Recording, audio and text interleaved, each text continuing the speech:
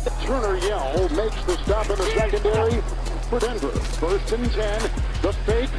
Good block in there, and down it goes. Caught at the 30. Welcome to the Fins tailgate. It's where we elevate. Miami Dolphins talk, yeah, we never hesitate. Breaking news, hot takes, we keep it up to date. And when the fans speak up, the panel resonates. We live that aqua and orange from the field to the mic. Breaking down the plays, man, we talk it every night. From Tua to the defense, you know we keep it tight. NFL moves, you know we got the insight. We open up the floor, yeah, it's your time to shine. Fans drop the heat with opinions realigned. You got concerns, bring them, we're gonna chime. The Fins tailgates, where we keep it prime. Welcome to the Fins tailgate, it's where we elevate. Miami Dolphins talk, yeah, we never hesitate. Breaking news, hot takes, we keep it up to date. And when the fans speak up, the panel resonates. The NFL's changing, but we stay on the grind. Latest breaking stories, we don't waste no time. From the trades to the rumors, we make them all align. At the Fins tailgate, we always on the climb. We're repping the Dolphins, but it's NFL wide. From South Beach to the league, we keep it worldwide. Got the fans engaged with the energy supplied. Come kick it at the tailgate, we're riding high tide. Welcome to the Fins tailgate, it's where we elevate. Miami Dolphins talk, yeah, we never hesitate. Breaking news, hot takes, we keep it up to date. And when the fans speak up, the panel resonates. So if you love the game, you know we got the gate. Tune in, speak out, don't wait, it's your fate. This is the Fins tailgate, now watch us dominate. Miami Dolphins, NFL, yeah, we integrate.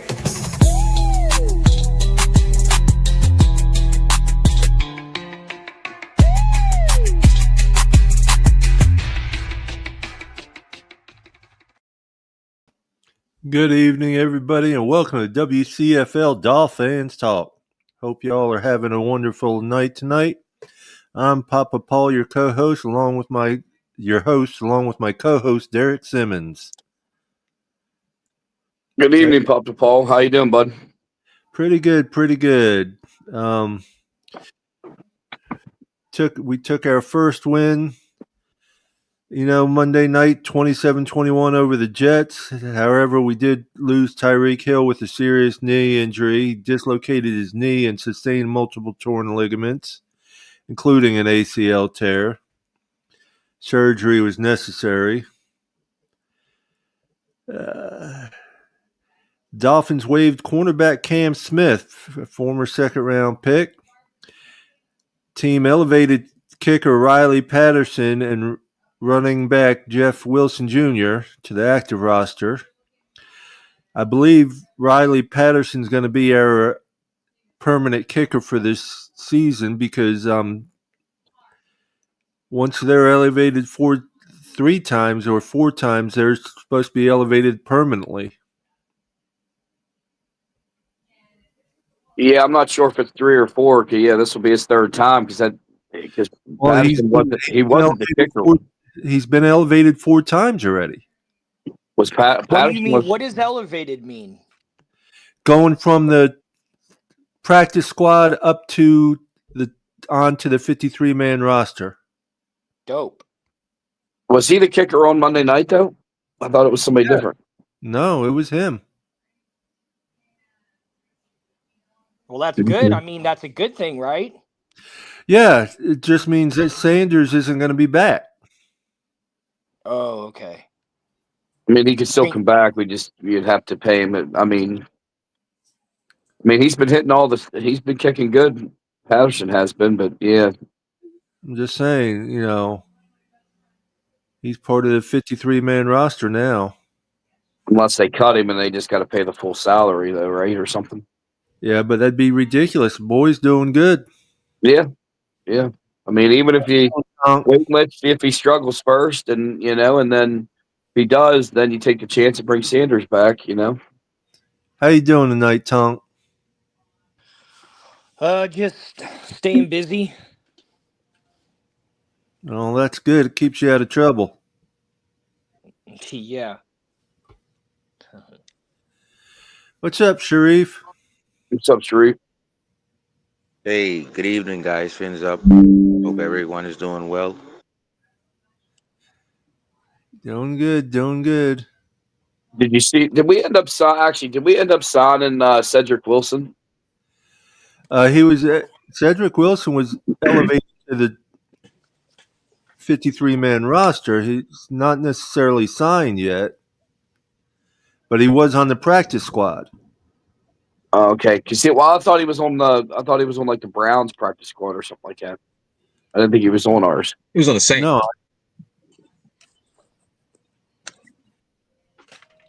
Where was he at? I think with the Saints. oh, Cedric Wilson. I'm Hey. thinking Jeff Wilson Jr., not Cedric. Good evening, Cap. Good evening, Cap. Good evening, what's going Johnny on, guys? O. What's up, Cap? What's up, Johnny O? What's up, Johnny? What's up, Papa? What's up, everybody? You back home, Johnny? Yeah. Yeah, I'm home Good till evening, Friday. Johnny. Fly to Carolina. Good. So, Johnny, after someone's been elevated four times, once they've been elevated, they get permanently onto the 53-man roster, right? Correct. And then if they're elevated 4 times, they make at least league minimum. So Yeah, well, they have to be put onto the 53-man roster. Because they've been elevating Riley Patterson, our kicker, and he's been elevated 4 times now, so he's got to be a permanent part of the 53-man roster now. well, not permanent. They can cut them. Yeah, well, I don't think they're going to worry about cutting him right now. Right, and an update on that, He's going guys. good. Go ahead. The recent update I've heard is Daniels will not be coming back, and also Jason Saunders is in that same boat. So I don't know what they'll have to do with Patterson, but I know Daniels and Jason Saunders are not coming back. Not right now. So you look for another 2 to 3 weeks. Yeah, I haven't seen anything. According to Joe Rose, they're saying they're going through a waiver right now, like crazy. Yeah, we waived Cam Smith. Yeah, Austin Jackson is closer to coming back. I think you have, Austin Jackson is closer, and Eichenberg is more closer to coming back than Daniels and Jason Saunders. I really hope we don't bring Eichenberg in. He's terrible. I like that Strange or whatever that we got. He did okay. Well, MVP of the week standouts is, of course, our tight end Darren Waller and our defense cornerback Rasul Douglas. Yeah, he was playing good, and then you got to give a shout out to Jack Jones with that nice, knock out that fumble there at the goal line. Yeah, yes, most definitely. Yeah, it's nice to see you actually get turnovers. But the only bad part is we got the turnovers, but we only got 3 points off the turnovers. Yeah, but it took the ball away from them, and they couldn't score. So True. So I mean, This is the one thing I have to say though that I've noticed and I have acknowledged. I've seen that piece that just came out from Joe Shad talking about all the misses that Greer's had in the past 8 years with the second rounders and third rounders. It's like almost 10. But when the guy gets free agents, like in the secondary, that was supposed to be our weakness. The secondary has been coming through. My thing is he can pick up the free agents, but he can't get the draft. That for me, it'll be a short-term solution to a long-term problem. Because a lot of these guys will be gone, the ones that are producing that you just named right now. Well, that's what Greer does. He brings guys in on 1 or 2 year contracts and hopes that he hits on them. If he hits on them, then maybe try to re-sign him. If he doesn't care anyway. He's going to go find somebody else. That's what I mean. But what type of stability is that as far as like trying to establish a foundation in the secondary now? I mean, you just got rid of Cam Smith and you got him in the second round, but you're getting free agents off the street that are producing. It baffles me. well, yeah, I don't understand that either. But we did have a missed opportunity to add cornerback Jarvis Brownlee Jr. via trade, but we didn't address a key defensive need. The cornerbacks have definitely gotten better since Rasul Douglas got on there. Amen. Hey, good evening. Good evening. Yeah, Well, I that's got an interesting outlook on the way this offense has changed. I think,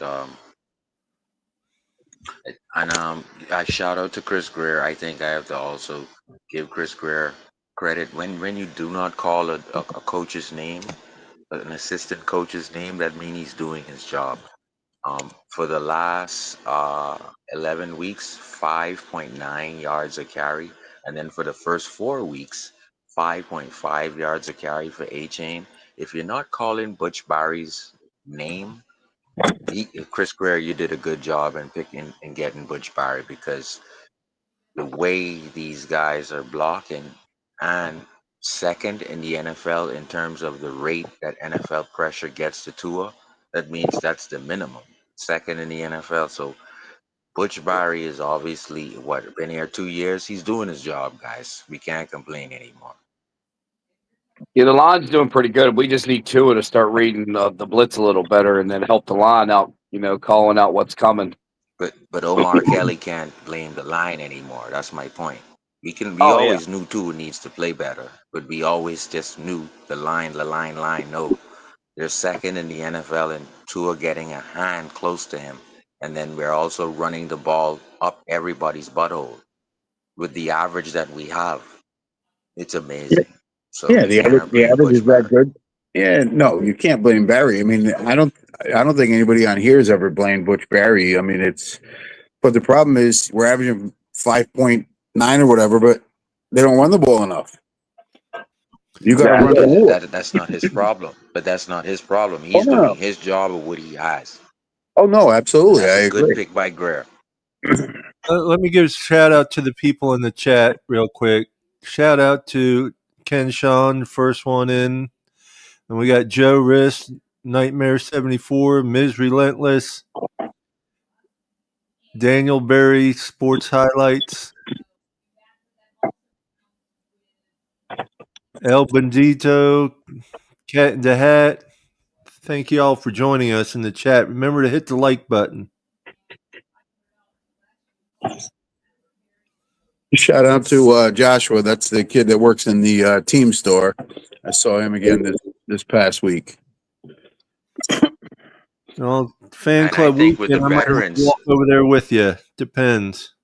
I think with the veterans, Butch Barry had more penalties. And keep in mind, he has like rookie Patrick Paul. Well, not rookie, and then he has Savinaya, and he has these other cats. This someone just named him the guard who played, and then you have like they're really trying their best not to have false starts. I saw a screen that we ran, and I saw Savinaya run back behind the line of scrimmage to make sure he wasn't illegally too much forward. That's great awareness. I think they're doing a good job. He still has a lot to learn, though. He's making some mistakes. Welcome, Russell Hopman, to the panel. What's up, Russell? brother? What's up, brother? Hey, what's up, guys? How are you? Good.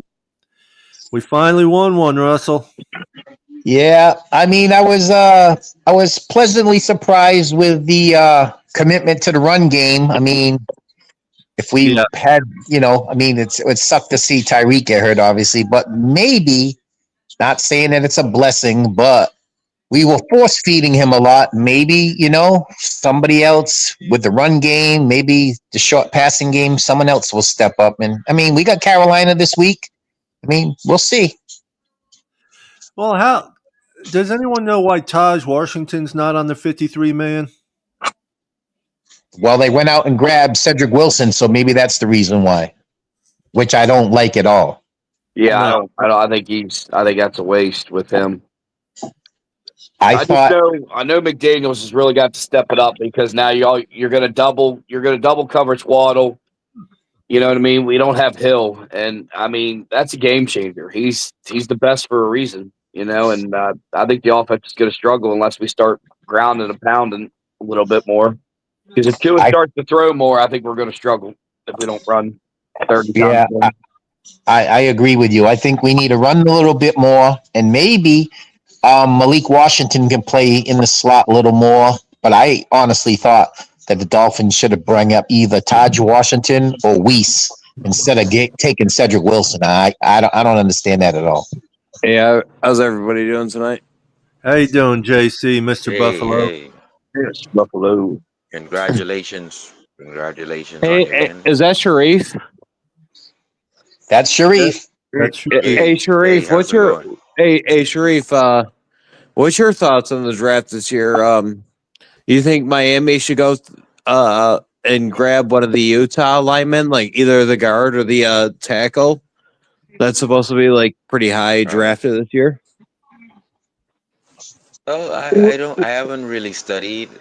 Yes, but I see where he's going with this. But the thing is, I would tell you to listen to Coach Eric Smith and probably listen to Ryder McConville Well, more. no, I know you're a big O line guy. Like you were the one that was even saying like 2 years ago they should have went with like offensive linemen, and then the year before like get Joe Well, Alt. based on Tua coming out with the hip, and then based on us questioning whether Herbert would be like Tannehill or not, I was saying that you have Yeah. the opportunity to get Tristan Wirfs.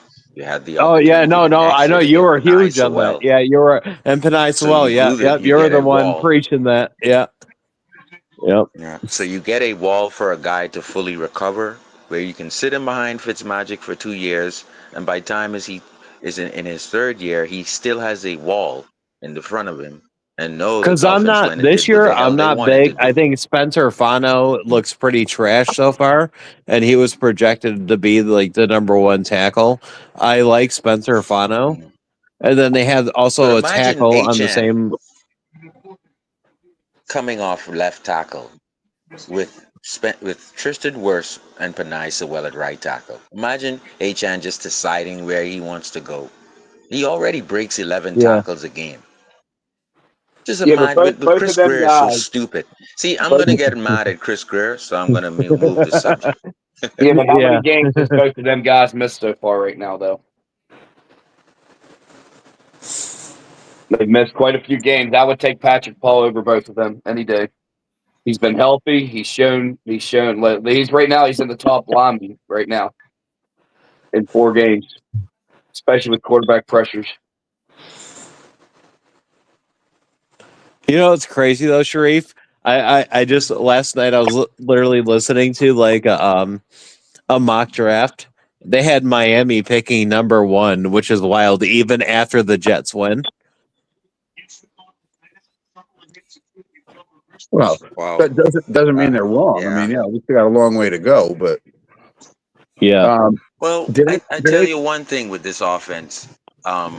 They did the data on this, and when the But they had Dolphins them were two going and six, Fernando they made the. Mendoza at number one, by the way.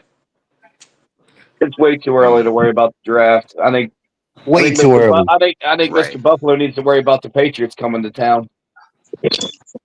I think they're going to They're get gonna the Well, Jets. I would say this, right? I already even looked at who we were going to pick next year as well. Like I always go pretty early, even with our picks.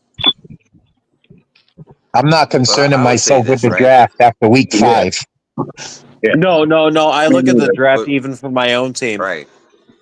But I'm I just always saying look in at the general, Right. I'm not looking at the draft at week 5.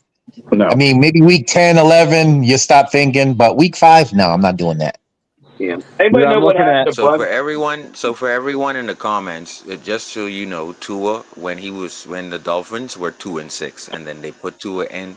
Tua went 7 and 5, and then, of But course no, the Dolphins. I'm I looking think at NIL, and I'm looking at because I watch college as well, so I'm always looking at like every aspect of every like I look at like little league to high school to college. I'm looking at everything. That's cool. And I mean, I that's don't have cool. no disrespect in that. That's real cool. But like I said, as a Dolphin fan since 1970, I'm not sitting here saying, "Oh, after week 4, I'm looking at who I'm going to draft in 2026." I'm not going to do that. No, I know how it is. You want to stay positive. I get it. I mean, listen, I've seen everything you could possibly see as a Dolphin fan, so I'm not going to sit here and say, "Well, maybe we should draft A, B, C, or D after week 4." It's not even a fact of staying positive. It's just a fact of how many of these college players end up getting hurt before the draft, and they're Look at remember Papa Paul, the guy that we thought was going to go number one as quarterback. Look what happened 2 weeks ago. He got hurt, and now he's not even in the first pick. You know, like everybody was like in that Oklahoma guy, and now he's not even going to be the first pick because they're scared because he's got that broken bone in his throwing hand. You know. Yep. So it's a long ways to even consider anything. Yeah, and then even at the beginning of the season, everybody was like, "Oh, Arch Manning is going to be the guy," but no, you know.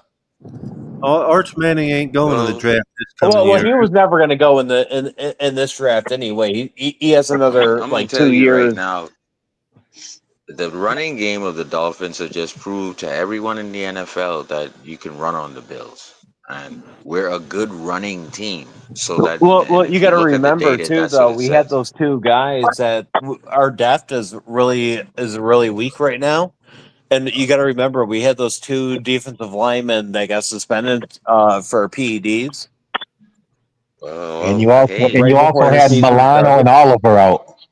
we got Yeah, problems. You got problems. You're not gonna be able to stop the run. Coming up these next week, 4, 5, 6, and but it's 7, about but the people are NFL is gonna run different. over We you. got to stop looking at the NFL like it's the same 10 years ago.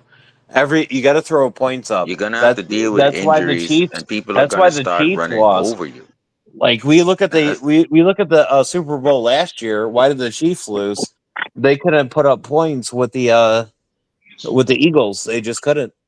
They But couldn't the protect Eagles don't have a Mahomes. good. The Eagles. You know what's crazy? You guys actually want to hear something pretty crazy? You know the Eagles are scared of are actually scared of losing their second string quarterback. That's the guy they actually want to replace Jalen Hurts.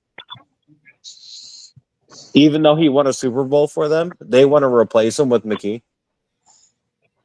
Well, I don't know about that. They're undefeated. Why would you replace your quarterback? That sounds Well, like the same thing. We thought Lamar wasn't And considered they loved by Baltimore, and they were burning his jersey after the hamstring injury. and they gave Hurts a long term deal. He ain't going nowhere. Yeah. No. No one. They're not trying to trade Jalen Hurts anytime soon. But he can't throw the ball, and when it comes to receivers, like there are some receivers, like once you get that He's Super been to Bowl, the Super Bowl twice, Super and Bowls they're don't matter undefeated though. currently. Super Bowls don't matter to receivers. It's all about statistics. What? They would get rid of AJ Brown before they would get rid of Hurts. Dude, Well, then what about what's it Obviously, called? After that, you get obviously, rid of this AJ Brown. The other guy, he's gonna want stats too. this is when your high is coming down. Talk. Continue, Buffalo fan. No, who would? No. I'm You actually sound being like the serious. dude No, the this other is day what when people he care said about. they're gonna hire Nick Sirianni as a general manager in like 5 years. No, Howie Roseman Was is that by you far the the other best day on GM saying that? in football. Sharif is your friend from Buffalo puffing? Am I wrong? Is Howie Roseman not the best GM in football? He's very ingenuitive. He outsmarts a lot of the GMs. He's up there. There's no doubt about it. The thing with the Eagles is the Eagles have so much depth on their defense. I mean, in the Yeah, tackles but and players at the end of the day, they care about their legacy. As they're not that, getting stats and they're not gonna get that gold jacket, it still matters to them. You know. yeah, but I mean, do you think Howie Roseman's concerned about if you're getting a gold jacket or if you're winning Super Bowls? Yeah, but AJ Brown cares about that because he's made more money than half the gold jacket guys. It's not about money for him; it's But legacy. But AJ Brown is replaceable because he's been moved before. So maybe in Howie Roseman's mind, he's saying to himself, "Well, this guy Well, could what end up." about Devontae Smith? Yeah, but he's Devontae Smith's a small guy. He's more like a slot type guy. AJ Brown's a big physical guy, which is understandable. He wants the ball, which is understandable. But you also have Saquon Barkley behind your line, and it's hard to say, "Well, we're going to throw it to you when we can give it to him." Yeah. You know, I mean, I'm not saying that AJ Brown's not right, but if your running game's working like Sharif said, when we're running the ball, we're hard to defend. But if we're one dimensional, How do you think they look though? If they do ban the tush push, how do you think that offense moves? Good yeah, evening, but everybody. they're still going to be good. No. They've used it a lot more this year. They've already statistically proven it. Can I speak? Can I speak, y'all? Can I get 5 minutes and I'll shut the fuck up for the rest of the show? I've been listening to you guys since the beginning of the show, number one. Number two, y'all talking about Philadelphia Eagles. From somebody that's here, that lives in Philadelphia, I don't understand where the hell did y'all get. They're afraid to get rid of the second string quarterback. I don't know where the hell that came from. Number two, no, they want McKee. They do like McKee. That's why they extended him. They're not getting rid of no Hurts. There ain't no way in hell. Okay. There are fans calling for McKee, by the way.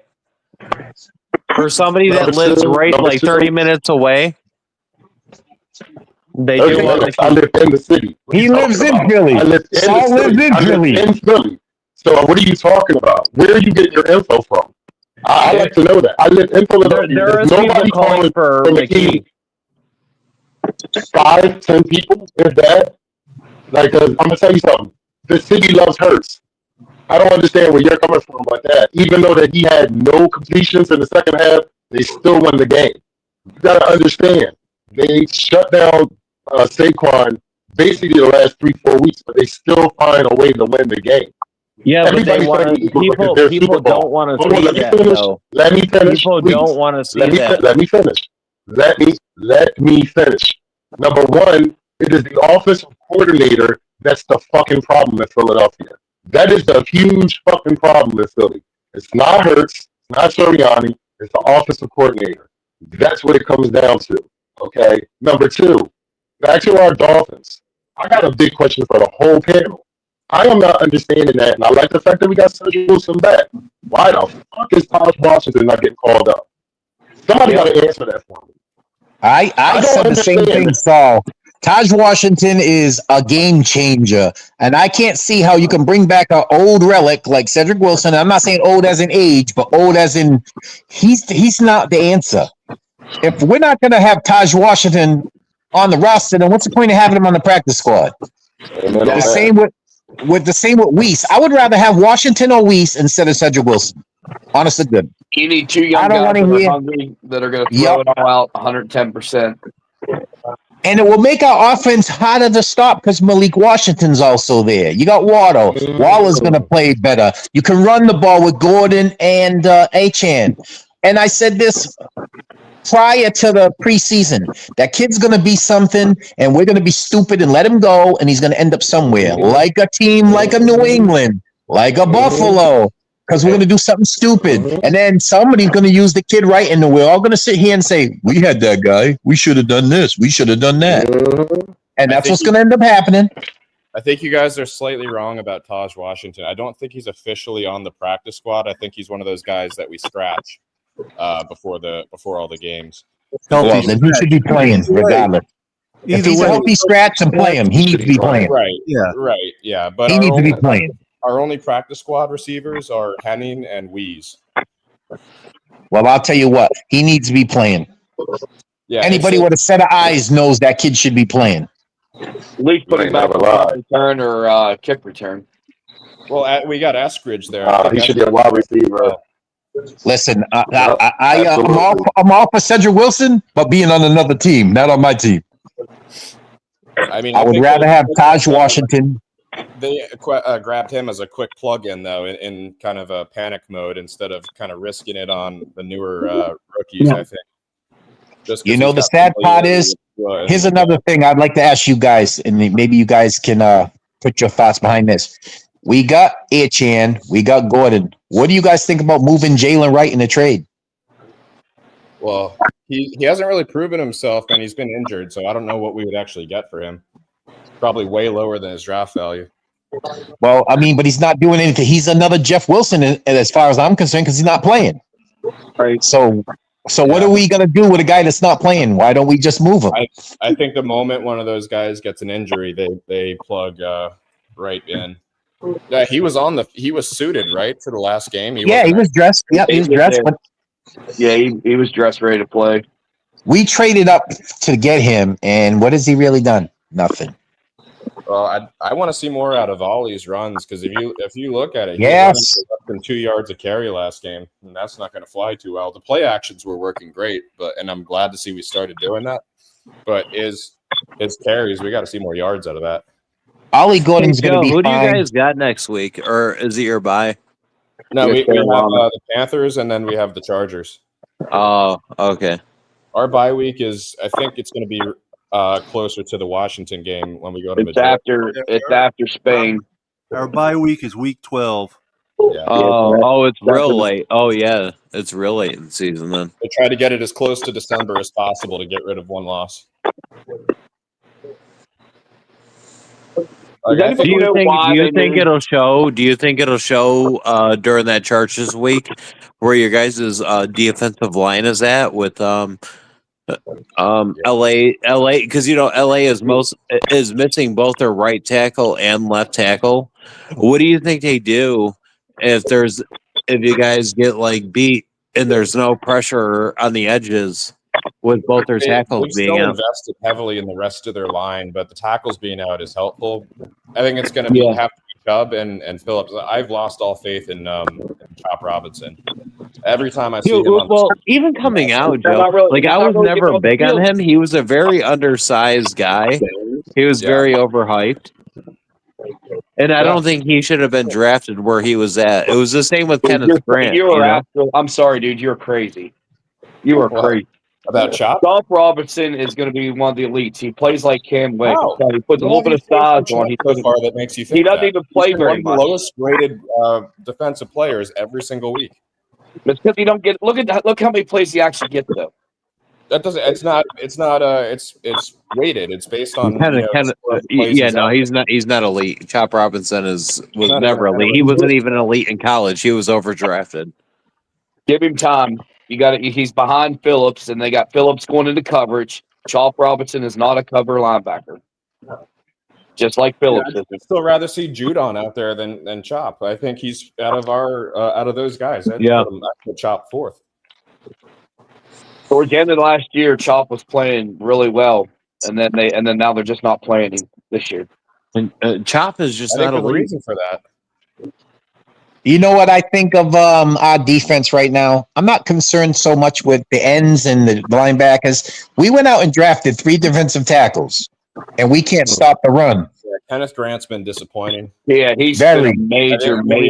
Very disappointing. We have him. We have the guy Phillips from Maryland. We got Biggers. I haven't seen anything that makes me say, I mean, when the Jets are getting 7, 8, 9 yards a run, Buffalo is getting. We can't stop the run. He just like I said, and Joe, you remember when I said it? Unless it's the Vince Wilfork, you don't take a defensive tackle at 13 that high. You just nobody does.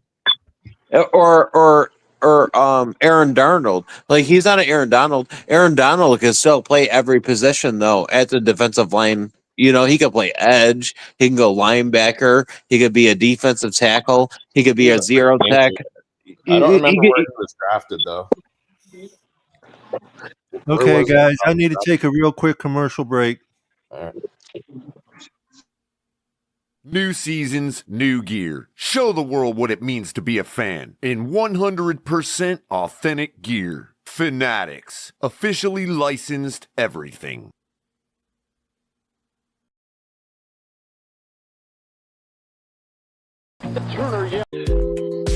What's up, y'all? This is Chef Jew.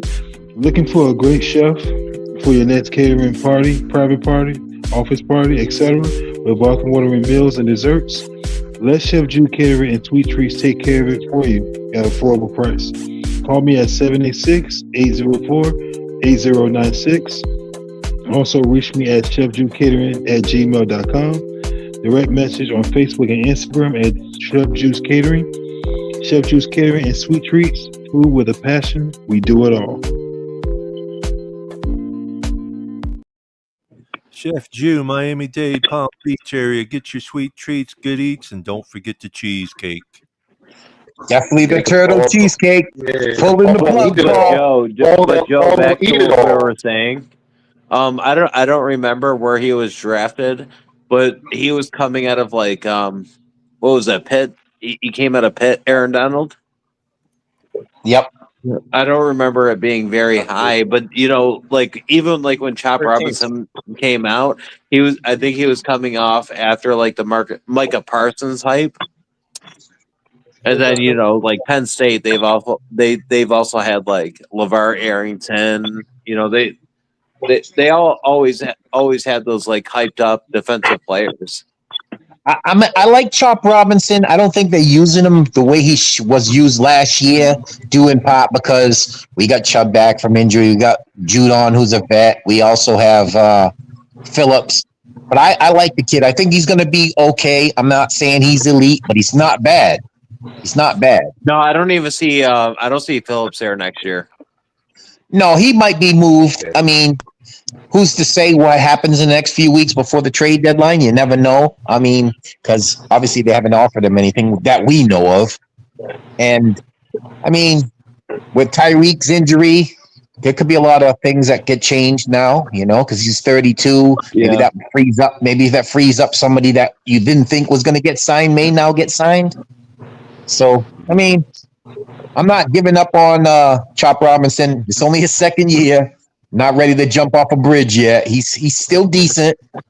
I mean, that's our problem. We as fans, we tend to get all emotional in our feelings about certain things. But I mean, our defense as a whole hasn't played well. Our secondary has been shaky, and we can't stop the run. But I mean, we still got a lot of season left. Things could change. We could stop the run a little better if we actually stop having our linebackers back it up 5 to 7 yards every time, and they definitely need to do something to help out the defensive tackles because they're just getting blown off the ball. Phillips is the only one that's done the best out of the three, and that's not been very good at all. And then you got Phillips jumping back in coverage a lot, which makes no sense. You got Sealer who's getting double teamed every play. Outside of what I've seen so far in these games, the only two people that I've seen worth a damn on our defense so far are Dodson and Jordan Brooks. Mm-hmm. My outside thing, though, with next year is not even about the draft or even players that you can get. It's the coaching. Like who's the big prospect coming out like as a coach? Like who even if you fire the coaches in Miami, who are you gonna get? Chris Shula. My thing is this. This is just my opinion. We need to stop hiring first year coaches. Agreed. We have to stop that trend. I don't care who the hot name is, because you have to have someone that people are going to respect. I mean, I'm all for somebody that's a good offensive coordinator. Yeah, I'm all for somebody was a good defensive coordinator. But the value in our team is you have to have someone who's done it before. Because even say with the Jets, right? They hired Aaron Glenn. They could have got Rex Ryan back. And when you look at, and then say what you want about Rex Ryan, when has he not had a top 5 defense as a coach? Like, look at his entire career. He has never been less than a top 5 defensive coach in his entire career. All of his defense been top 5 every year, even if his team was bad. Which is fine. And Rex Ryan was good with the Jets. He was also decent with Buffalo. He was. We had a top 5 defense. Yeah. Yeah, my thing with head coaching is you have to have someone that players are going to respect. And I'm not talking about McDaniel in this. I'm saying that our last 5 coaches, outside of interim guys, we haven't had anybody that you would say outside of Flores, who came from the Patriot system. He was a first-year coach. We had McDaniel, who's a first-year coach. Granted, if the team goes off the rails and we get a new coach, I'm tired of it. And I would just throw out some names, not saying that I want these guys, but you're going to have someone who's done it before. A Mike McCarthy. Yep. A John Gruden. What's his name? I'm not saying these guys nobody brings up anymore. Jim Schwartz. Yep. Cleveland Browns defensive coordinator who's been a coach. Yeah, he was here in Buffalo when we had Rex, when we had the top, like Jim Schwartz. He was in Cleveland when they had a top defense. I'm tired of hearing like the hot name first year coach. When you get that first year coach in Miami, I don't care how great an offensive coordinator or great a defensive coordinator is. The guys in your locker room are going to say, another first year coach. And in that mindset, who's the guy that the Deflategate, the one that got suspended, and then he was with the Browns too. The defensive coordinator, the one that did the injury gate with the Saints. Nobody brings him up anymore either. Oh, the defensive coordinator, yeah, because he had the bounty. Yeah. for the Saints. They had a bounty on players, and they were paying people to Yeah. knock people out. Yeah. Yeah, You know the funny thing is, yeah, there are certain coaches like you sit around and say, like, I mean, we can all sit and say, well, I don't want Belichick, and I don't want this one, I don't want that one. But if you had these guys, you wouldn't be mad at it. I mean, I'm not saying that I want Belichick, but hypothetically, what if North Carolina's terrible and he wants to come back to the NFL? Would you want probably him? the number one guy is going to be Flores next year, but there's no way he's going back to Miami. No, he's not going to end up in Miami. He's still in Miami. What the fuck? Yeah. He ain't coming back there. Nope. No. I just think that we have to get off that trend of first-year coaches. And I mean, I don't care who the hot name is. Buffalo, it's Joe Brady, Detroit, or whoever these guys are. That's fine. I don't think Joe Brady's going to leave. I think the job he would have took, and I've said it with Joe Rist, was the Bengals. But there's no way a head coach is going to go to the Bengals with Burrow not being consistent. Money. It's a very significant increase in money to go from coordinator to head coach. Yep. Yeah. And it's hard to say no when you're a coordinator for But 20, the 10, Bengals 15 just don't years. even have money. Like, hey, Joe, you got to remember, like, to pay Burrow, the Bengals had because the ownership doesn't make that much money. They had to sell their stadium name rights just to pay Burrow that contract. Like they had to sell pieces of their ownership just to make that money to be able to make those contracts. Hey, my brother, if you believe that, I got farmland in Iowa I could sell you. Because every owner has tons of money because it's profit sharing. They just got to practice. Was an indoor facility? Did you ever see? They used to have to cross the street to go to this open field by the highway just to which is fine. But all the owners, they do profit sharing. Then NFL is a big $1 billion business. They get TV rights. Why They got was the parking. Arizona They got zoning. Cardinals? Why did the Arizona Cardinals players have to pay for their meals?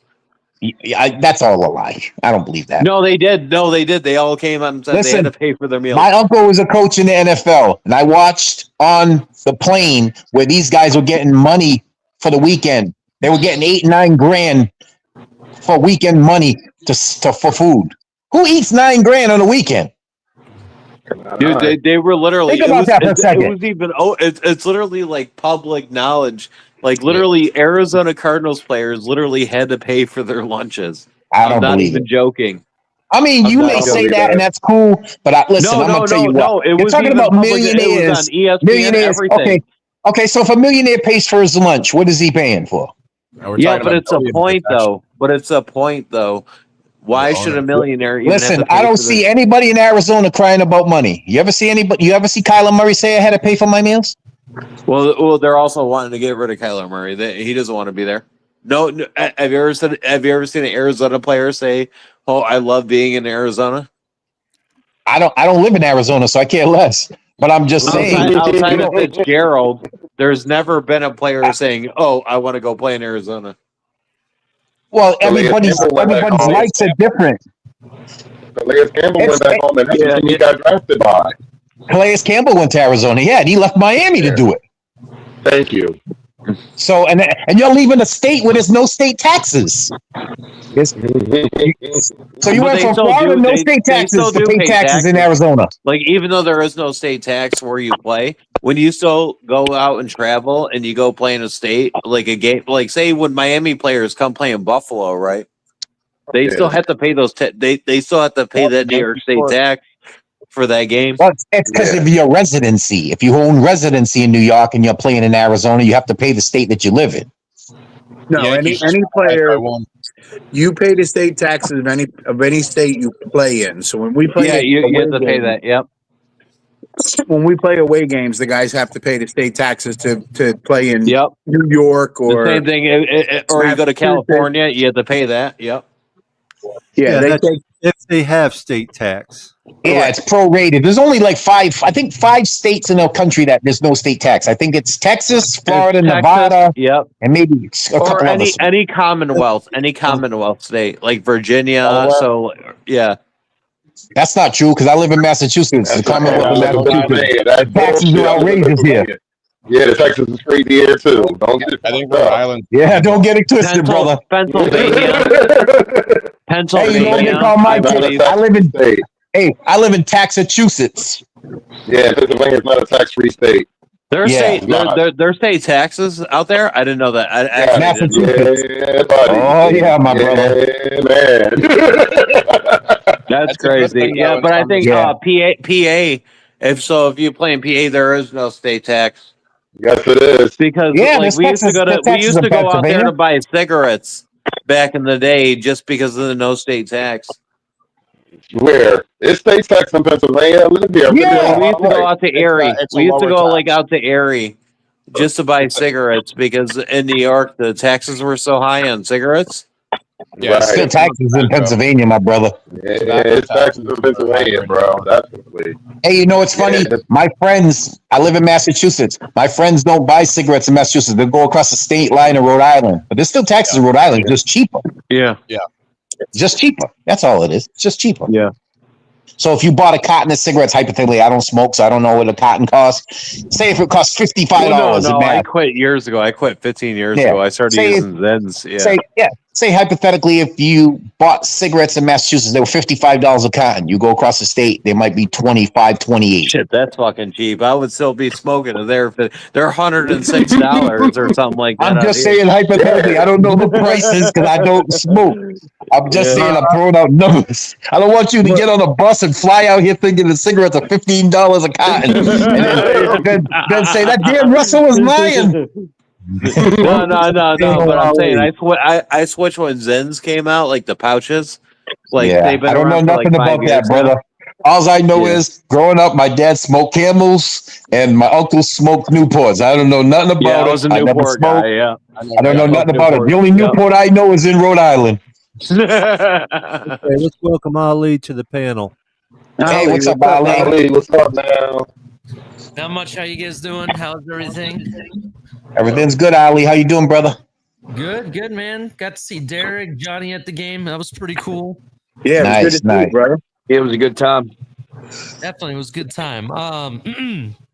So, what do you guys think, man? Like, I'm sorry if I'm late to the show and you may have already mentioned it, but like, what do you guys think about where we're gonna go from here? I mean, Tyreek is. I mean, virtually, I don't see how he comes back in 1 year. I think his No, he's done. No, he's done. I think it's a 2-year process at very most or minimum. To be honest, depending on how you Listen, look at it. that's the last time we see Tyreek in a Dolphins uniform. On the Dolphins. Hopefully he won't be back to the Dolphins. He's going to get the stem cell replacement, and he can be back. Rock, you were posting some wild shit about Tyreek, man. Hold on. Yeah, because Tyreek was smiling and giggling and laughing on his way out. He's a fucking. Because he was laughing. He was laughing because that man was in pain. I want to say something about Tyreek. Granted, I may not agree with his off the field tactics, maybe some of the issues he has with his family and stuff that he's done, right? Everybody has their own shit. We can sit there and hold them accountable for it, right? But one thing I'll tell you about Tyreek that I do admire is his determination to win and his continuously being competitive in this league, and not just in this league, but everything he does.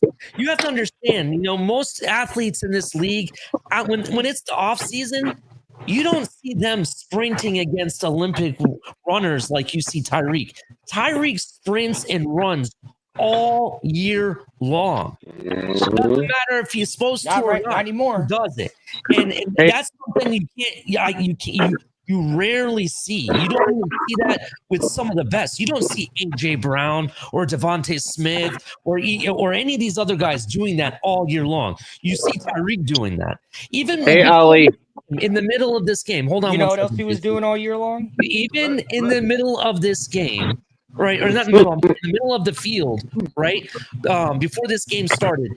It didn't matter if he was a captain or not. He started riling up the troops. Do you know what Waddle said after the injury in the locker room? He actually called Tyreek Hill a captain, and he's not even a captain this year. He said that Well, himself. So I what? admire the man. Yeah, I don't admire with what he did with all the off the field shit, but I definitely admire him as an athlete and what he did for this league and what he's done for the Dolphins on the field. I admire him for that. Why should he want to play football though? He's about to make more money off the field. If Tyreek Hill was as good as everybody says he is, then Kansas City wouldn't have let him go. Why would he want to? Why would he even want to play football though? He's about to make he's about to probably get a kick deal through Aiden Ross. Like, you guys don't realize, like, Aiden Ross is one of the owners of like Kick. He's gonna get a deal probably bigger than what he's ever made in the NFL. Like, these streamers make way more money than football. Yeah. Maybe they could stream his fucking assault. Yeah, that's probably what. Well, shit. He broke that OnlyFans model's leg. Made how much off that? Well, first of all, He's he such a didn't great break the guy. person's leg. That's kind of speculated. We don't know exactly. He did what do happened. it.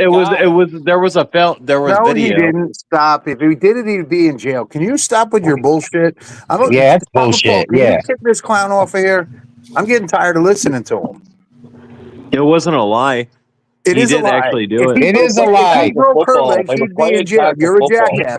Papa He Paul, They get went to- rid of literally this did guy or a I'm Hey, football excuse me, drill gentlemen. with They a went to court. The BBW woman OnlyFans model. fell on her That was own. actual fact. He didn't break her leg. Stop saying for I didn't even know games about that. and all that foolishness. We're here to talk about the Dolphins. I care less if Tyreek Hill flew a kite and crashed it into somebody's living room. I don't care about that stuff. We're talking about the Dolphins. We going way off the track with foolish stuff. I understand we all want to have an opinion, and that's Thank cool. you. But we got to talk about the Dolphins. Your show is successful because we talk about the Dolphins. I give a damn how many kids he got. I give a damn what kind of car he rides. I don't care where he swims. I don't care where he eats. Let's talk about stuff that means something. And I want to add on to that. If you're a visiting person from a different team, we have a respect. We don't talk shit about players on your team and their personal lives. We don't expect the same for ours. So if you're going to sit there and continue to keep doing that, I would respectfully ask you to sign off. You can listen to our show in the comments.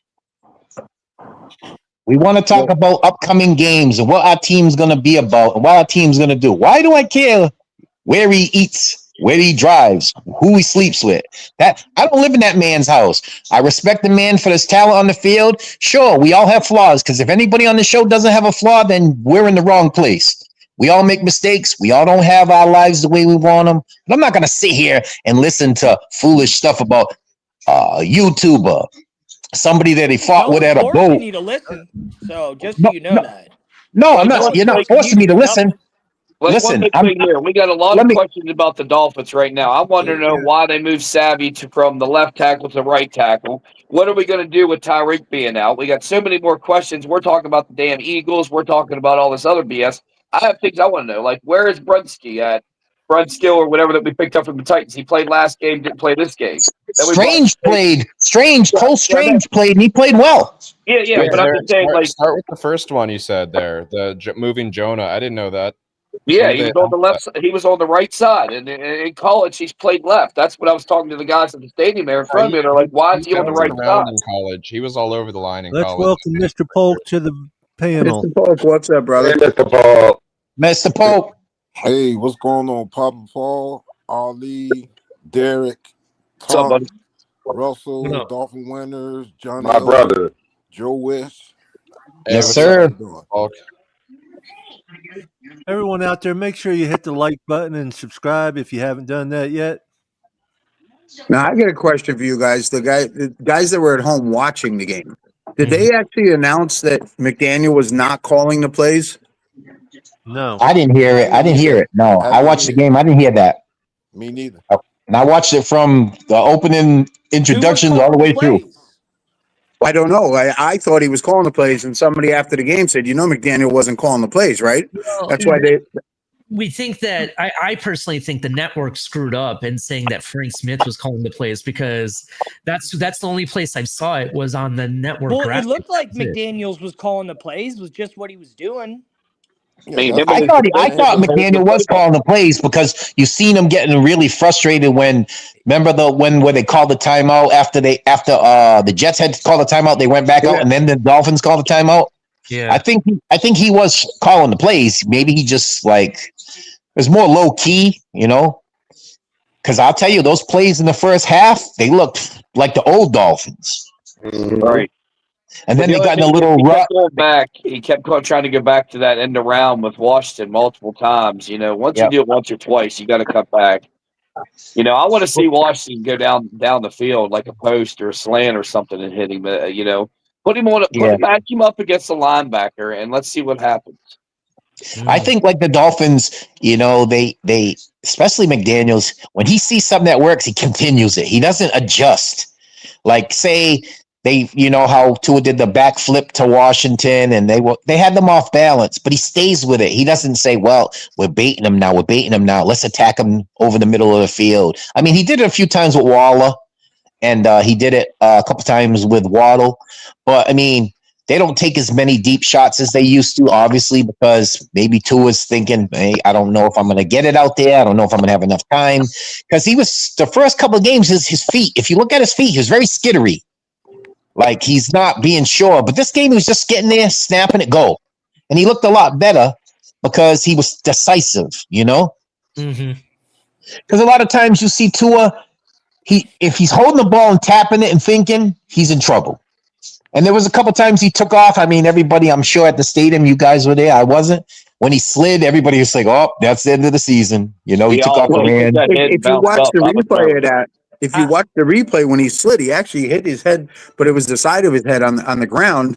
Yeah. And he got up, and there was no wobbling or anything. I'm like, all right, good, because he did bounce his head off the ground. When he did that, I swear to God, I could hear the entire stadium take a breath.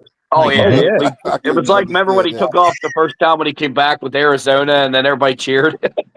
You fucking right. I was one of them motherfuckers cheering too. Shit, I was like, get your ass up, dude. Come on.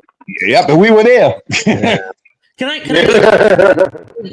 ask a serious question to you guys? This win, has it changed your mind about where you think this season's going to lead to? No, because we only beat the damn Jets. No, it hasn't. Yeah, I'll say this honestly, Ali. I liked that they committed to the running game, but it was the Jets. We're playing the Panthers. It's still the Panthers. If they do that to like a Chargers, if they did that to like the Chargers, or they do it to like a more balanced defensive type team and a team that can threaten you, then I'll say, okay, I'm a little more enthused. But we're supposed to beat the Panthers. We're supposed to beat the Jets. Matchup. We can't. It's kind of a cheap cop out just to keep saying it's the Jets, though. Any divisional game is going to be a tough game. Right. You got Quentin Williams in the front line there. You got some pretty good dudes on that front line for the Jets, and we were still running on them pretty good.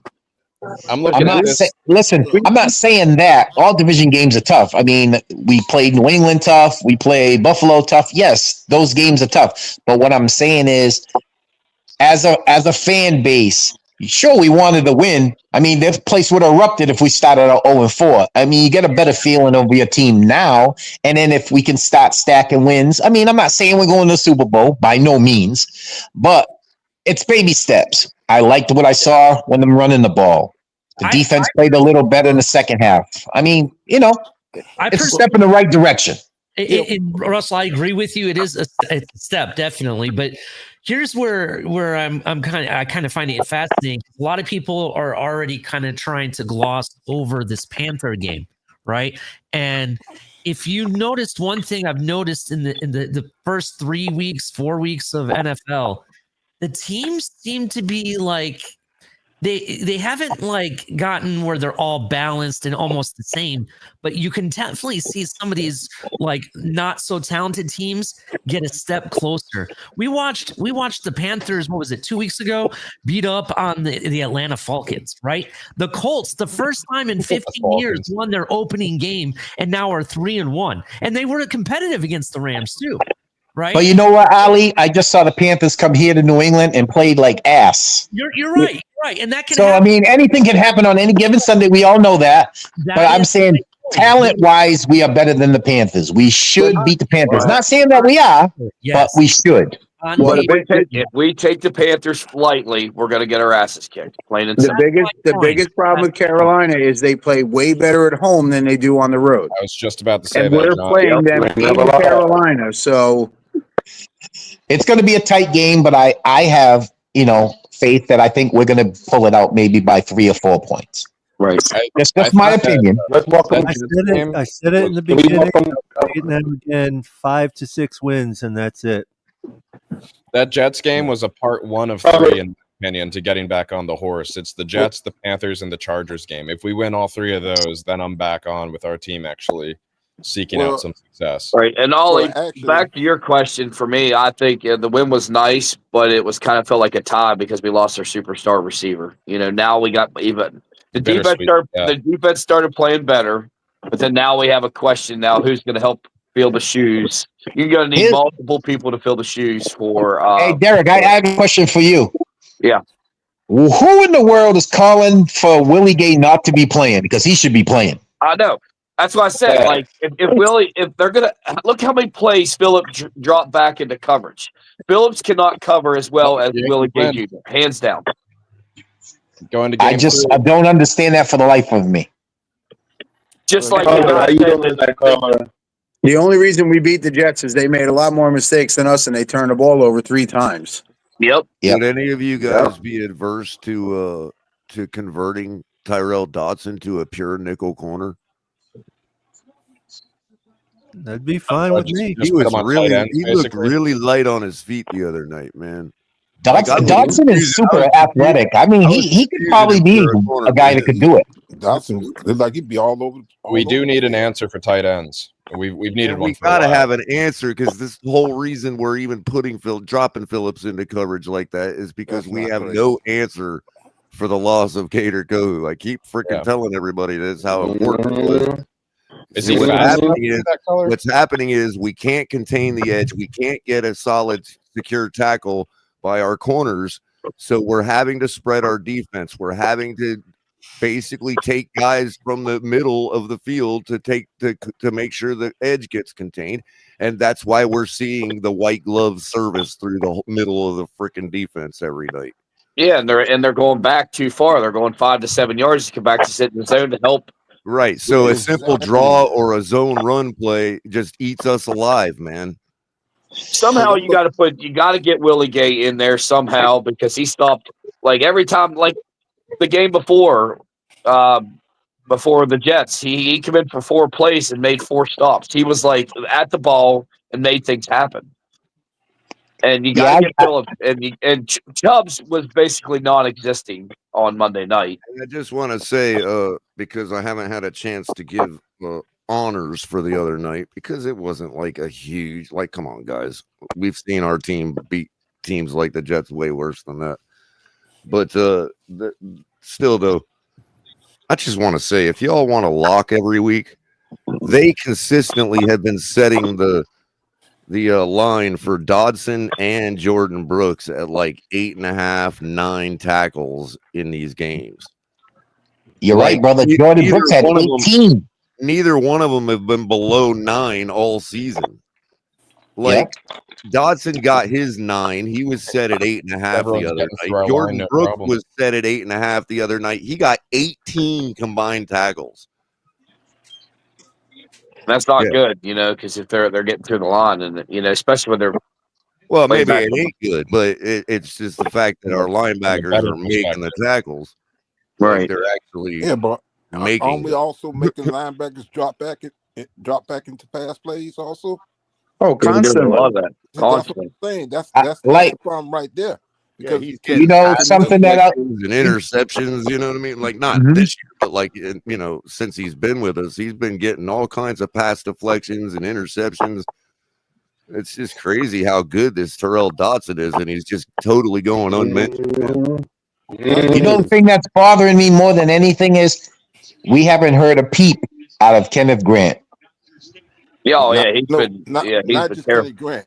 What about Jordan Phillips? Phillips has been getting more play time, but Phillips is getting more play time, but he's not big enough. I don't think he's got the size like Grant. We drafted 3 defensive tackles in this past draft, and I haven't seen them do nothing. Now Biggers another one. Biggers is getting blown off the ball too. Like The guards in the center are destroying. Every team has been destroying us across the ball. Like it's been bad. Yeah, because we're only rushing 4 all the Like, time. they're literally escorting their running backs through our hole, man. Like, it's ridiculous, bro. Because you got 4 defensive linemen against 5 offensive linemen, and all 3 linebackers are dropping back into zone coverage. Right. So- And if we suck that up, guess what happens? They take our edges because we ain't got a single cornerback that can make a tackle, man. I liked what you said the other night, Color. There was a white glove escort for them to get to the. They're like sitting them at the table. They're open. They're scooting the chair out for them, man. It's like, come on, bro. Right, They get RSVP treatment, huh? Right, Bro, your table's right here in the end zone. Pretty much what they do is they're standing there white gloving it, and they have a list, and it's like, oh, we have your table here, sir. Let me take you to your table 50 yards up the field. Okay, but You got to remember last year, Dodson. You got to remember last year, Dodson and Brooks were only going about 2 to 3 yards off the ball instead of 5 to 7. Brooks was up in there a lot more. But you know what's funny too? Last year we also had Calais Campbell. Yeah. It makes a bigger difference. But here's the thing, though. Where do our defense go from here? I mean, what do we need to do on defense to try to fix this? We've got again, you guys. Again, it just got glazed over again, Mr. Polk. It's the loss of Cater Kohu. I'm telling you, you guys do not realize how he kept our edge down, bro, on lock. Well, it's not only that. Bro, think about the first couple. I forget which one it was, first or second game, where they kept running. They actually both teams did it to us with this swing pass out that gained like 50 yards, bro. None of that's happening with Cater Kohu on the field. Well, the biggest problem is the back 4 have not played with each other. They're still learning how to cover for each other, how to talk to each other. And that's why the linebackers have to be 5-7 yards off the line of scrimmage is to take up that middle area, because your secondary, which was my big thing. If you go back and listen, I kept saying it. Our secondary is our biggest problem because you got guys back there who have not played together. Right. You don't know their tendencies. You don't know what to look for when they make a mistake. These guys are still learning how to play together. I mean, you guys realize that Cater Kohu was like top 3 tacklers the past 3 years with us, right? Right. I mean, Ashton Davis has stepped up a little bit, but I think I think Mika needs to start running the back of that defense. Another thing. The last 2 games, you could definitely see Mika's finally getting into Weaver's defense. Like he's finally getting the X and O's a little bit better, and he was flying around a little bit more. And they blitzed him a couple more times than they have. But if you go ahead, I'm sorry. No, it's okay. I just want to say this real quick. Go ahead, Ali. Go ahead, my brother. No, it's okay. I just want to say this real quick before we get off the Cater Kohu talk. One thing that he does that our secondary doesn't do, or not very many people do it in our secondary, is he actually attacks whoever the ball carrier is. It's not a other way around where he waits for the ball carrier to come to him like our guys do now. Ali, it's his technique, bro. It's his technique. It's perfectly sound, bro. Yeah, that's like that's what I'm saying. That's what I'm saying. You are totally right. Kohu is an excellent slot cover. He's actually a boundary cover. You know, the thing like you said earlier, we have Ashton Davis, Minka Fitzpatrick, we have Douglas, and we have Jones. All 4 new guys who've never played together. So your tendencies, your likes, your dislikes, you don't know, and it's going to take time. Well, some of it is fundamentals, though, too, like with our corners. Like when you see them early in the season, they were just getting totally caught flat-footed, dude. Like that's something that Cater Kohu don't accept. He's getting something on you to make sure that you're not racing down the sideline like that for a gash. You know what I mean? Yeah, it's a shame that we lost him in preseason. I mean, we can't go back in the Wayback Machine and hope he got better. I mean, it sucks.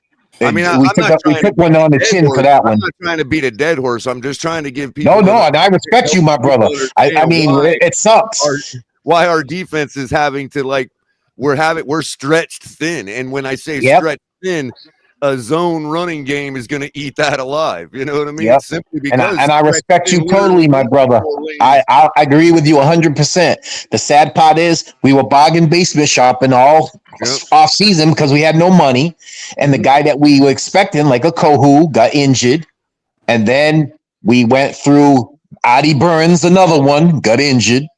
So I mean, the Dolphins were taking chances on fragile. That's why it begs the question, like, why are we so concerned about what the solution is to make up for Tyreek Hill when we never even decided to I mean, when you're saying, okay, you intend to compete this year, if they're being serious about that verbiage, then I can understand wanting to find a solution for the Tyreek Hill loss.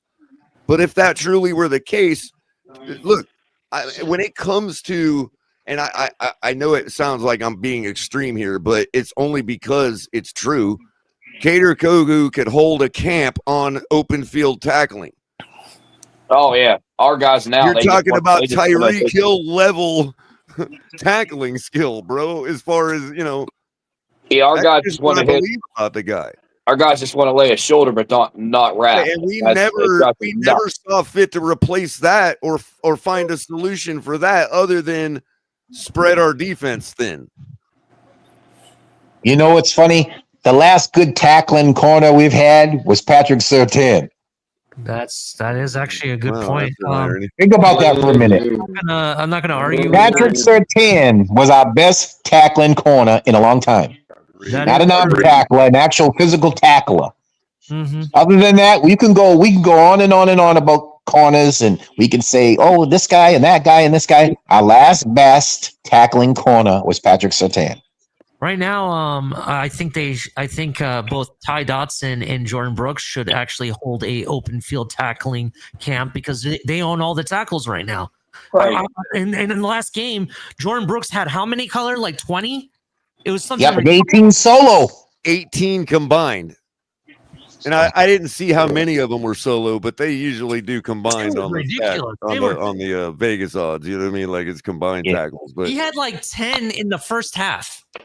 And just to give you an idea, last year Jordan Brooks led the team with 143 combined tackles. The number 2 guy had 98. And that was Jordan Poyer, which is a problem because, if Jordan Poyer is making most of your tackles, that means their offense is pretty deep is gashing you pretty good consistently. Yep, because considering he was a safety. Right. Javon Holland, 4th on the team with 62 combined tackles last year. And haven't heard his name much, and he went to the Giants, got a big contract. I ain't heard peep out of him. Nope, not at all. Same thing. Now, if you want to talk about solo tackles, Kohu came in 8th on the team with 34 solo tackles. And he's a slot corner. Yeah. I think like for like Johnny said it when we were talking a while back about the draft, everybody can sit and say whatever they want. The Dolphins already told you when they had no money that they weren't going to be a good competitive team. Everybody with eyes knew that. They were bargain basement shopping for 1-year type deals for a gang of people because they had to give this one, that one, and this one extra money because they didn't want people walking. Austin Jackson got paid. Tyreek Hill got a raise. They already had signed Waddle the previous. And I mean, we can sit and say whatever we want. It's a rebuild regardless of how we want to say it, look at it. That's what it is. Right, because on top of not providing a solution for the loss of Kader Kohu, we literally let Ramsey walk. I mean, I guess you could say, oh, well, we brought in Minka, I guess, but I mean, a guy that doesn't even want to be here, and we all know that. Another funny thing too. I think the funny thing with the Dolphins is when Deshaun Elliott had came out and said that these guys are more into going to strip clubs, they don't go to meetings, and then it opened up a big can of worms. Starting with the coach being like a boys camp, he wants to be everybody's buddy and no discipline. And then you got guys like a Calais Campbell, who played his heart out for us. And then we practically begged him all off season to come back, and he was like, I'm gonna retire. Where did he end up? He didn't retire. He ended up in Arizona. So if you can leave, did he end up getting out of the blue tent okay the other night, man? I saw him go in the blue tent the other night, bro. Yeah, he was all right. He came out. But this is what I'm saying about your veteran leadership walked out the door. Yeah. And everybody seems to forget that part about it. I mean, Patrick Paulus played well, but you lost to Toronto instead. The defensive tackles are shaky. You lost Calais Campbell. We lost Kohu in injury. We lost Artie Burns in injury. And I mean, we were bargain basement shopping with the secondary. We didn't sign Rasul Douglas till like what? The week of opening first game of the season? Yeah, literally. So we weren't like serious about helping up our secondary because we had no money. Well, it seems like everybody we ever acquire that's got winning pedigree or like, a winning culture, we just like abandon and throw away like they're nothing. Oh, we almost force them out. Like, so when we talk about what our culture is and all that, well, it could be soft, it could be hard, it could be whatever you want it to be. But one thing it's not is winning, apparently. And that's why some of them that's why some of them be getting out of here, because they see some of these guys like Calais Campbell, Teron Armstead. They've been in the league for a while, so they can look at a franchise and tell if they're going in the right direction or not. So to me, you might have some other players besides them that's seeing the same thing, along with coaching staff and what have you. So that's why we can't ever get no Hurricanes here. Hurricanes want to win. Happening with our team until 2027, 2028. Make some change. That's about it. You know what I'm going to compare the Dolphins to? I'm going to compare the Dolphins with the veteran. I'm going to have to go out and come back in. I'm going to compare. I can hear you. I can hear you, Mr. Polk. I didn't mean to interrupt you. I'm going to compare the Dolphins, how they run their organization, to comparing rap music. We got a lot of young rappers, but they don't want to follow the old school. The old school set the foundation, but the young made all the money. But I'm saying the younger kids come in, they don't work, they don't want to be told, they don't want to be led. I know. How many of us have worked with somebody, you might have trained somebody on a job, and then the person could be their first day on the job, and you're telling them something, and the first words out of his mouth is, I know. Oh, yeah, that's the... So why am I training you if you already know? But that's what I'm saying. They don't know. I think that's cyclical in life, Russell. You know what I mean? Like yes, sir. We did the same thing to our elders, man. I remember telling all my elders, I know what the hell I'm talking. Except the difference was, my elders were arguing with me that a square wasn't a rectangle. Mm-hmm. I mean, I don't care if I'm 2 years old. I don't care if I'm 2 years old. A square is a rectangle. You know what I mean? That ain't no Dunning-Kruger. You know what I mean? Yeah. I want to say that I kind of get your premise, because I think the league now has shifted to we're not going to sit here and hold on to players for 10 years and then let them go.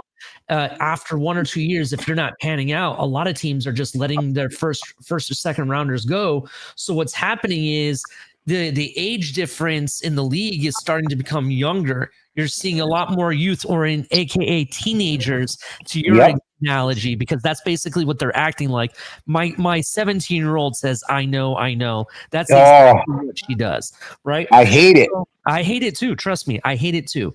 Because all I'm trying to do is explain how to do something. I'm not even yelling at her when she does it, which irritates me. So essentially, what's happening is you have a lot more youth than, let's say, seasoned, aged vets who have learned the lessons and whatnot. And that's basically what we're seeing. Yep. Hey, just think about this for a minute. You remember when Dan Marino was playing, and if a guy ran the wrong route or he didn't go, Marino would chew you out. Bro, he would know what's up, bro. He'd tell you what's up for sure. Russell, not only that, I've seen Dan Marino grab the face mask of an offensive lineman and tell him to get on the right track.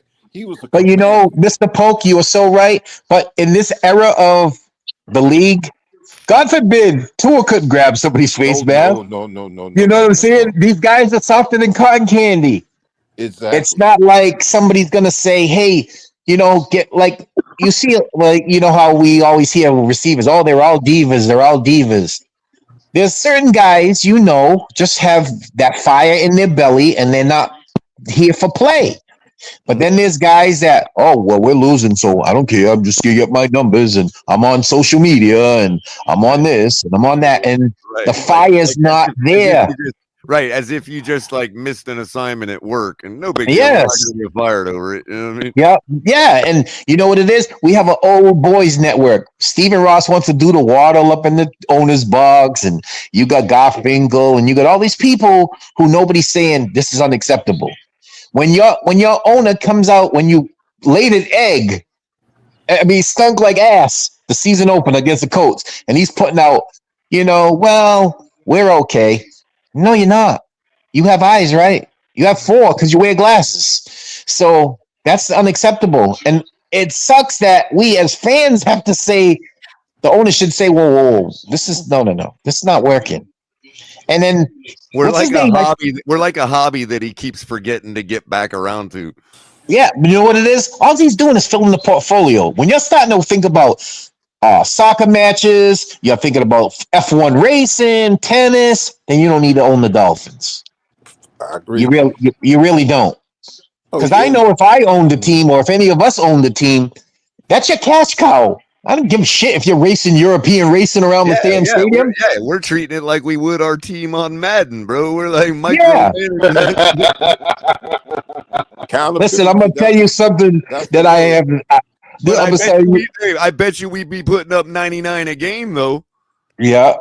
I'm gonna tell you guys something. It's funny, because like I said, we all are fans. We all bleed aqua and orange. It's in our DNA. It's not like, oh, it's football season over, and then look, we talk football year round, all of us, regardless of where you live, who you know.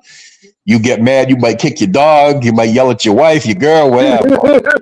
Believe me, I know this for a fact. When I, as a fan, get so mad that I'm upstairs watching Housewives or whatever state with my girl, something is wrong. Because we are fans. Listen, I was so mad, gentlemen, and this is real shit. I was so mad after that Buffalo game, my stomach literally was hurting me. And it wasn't anything that I ate. Like, literally, I was like physically ill after watching that game. And I had to step away because I'm like this. I remember Mom always told me, if you ain't got nothing nice to say, you don't say nothing at all. And the last thing I need to do is come up here and make an ass of myself. So I had to take a break because I was really fucking angry because I know my team. We know this team. Yeah. And my whole thing is, you gave us a fucking big ass hype video to start off the season 0-3.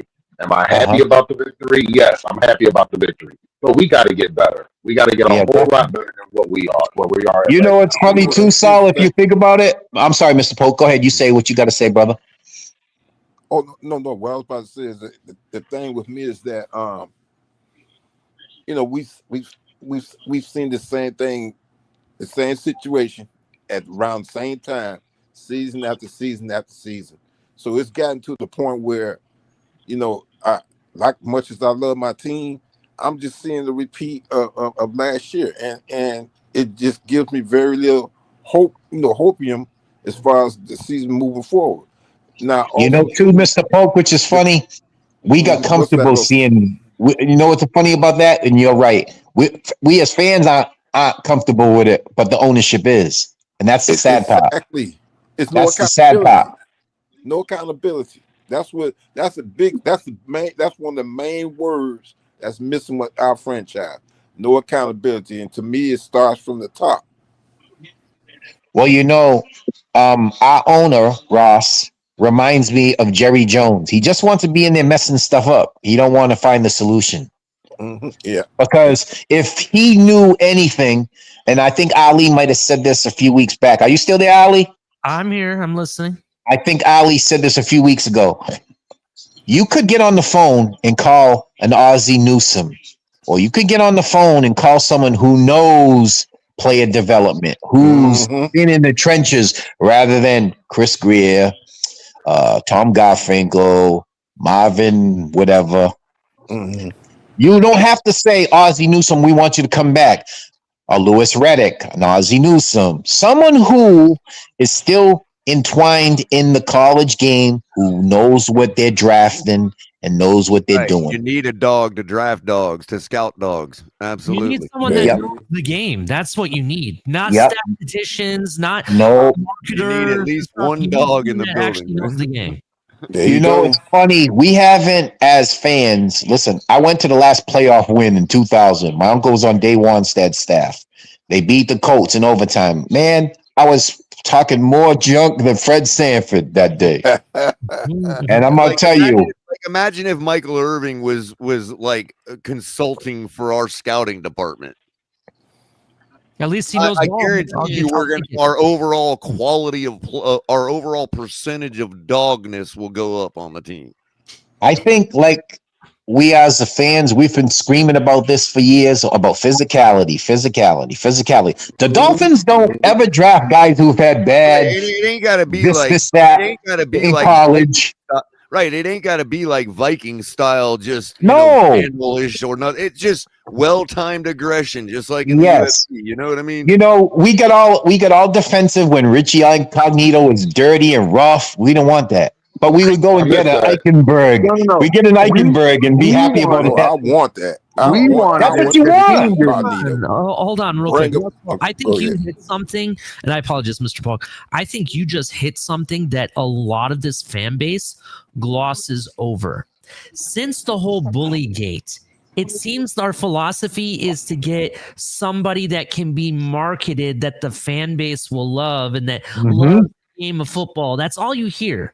Right? I don't want that. You never hear Chris Greer or anybody else that's talking about who they just drafted saying, "Oh, he's a dog. He has violent intent when he goes to tackle." You never hear about that. He's a great kid, a family boy. He really loves the game of football and just happy to be here. He enjoys working well with others. That's all you hear. I'm sorry. We are drafting on purpose soft, marketable football players. That's You know what I'm going to say, Ali? Hey, we would rather draft Young MC than Ice Cube. Meanwhile, the Eagles every year drafting somebody that could literally kill somebody on the field. Every year. It's like when I see the criticism towards guys like Shadur Sanders. Yo, the guy might be a bust. He might be a complete goofball. But you know what? I bet you if he was consulting our scouting department, our level of dogness would go up on the team. Listen, you know, I used to say this all the time. The Dolphins bark like dogs, but walk like cats. Facts. We bark like dogs, but we walk like cats. That's because I want somebody to be Ozzy Osbourne and bite the head off a bat. That's what I want.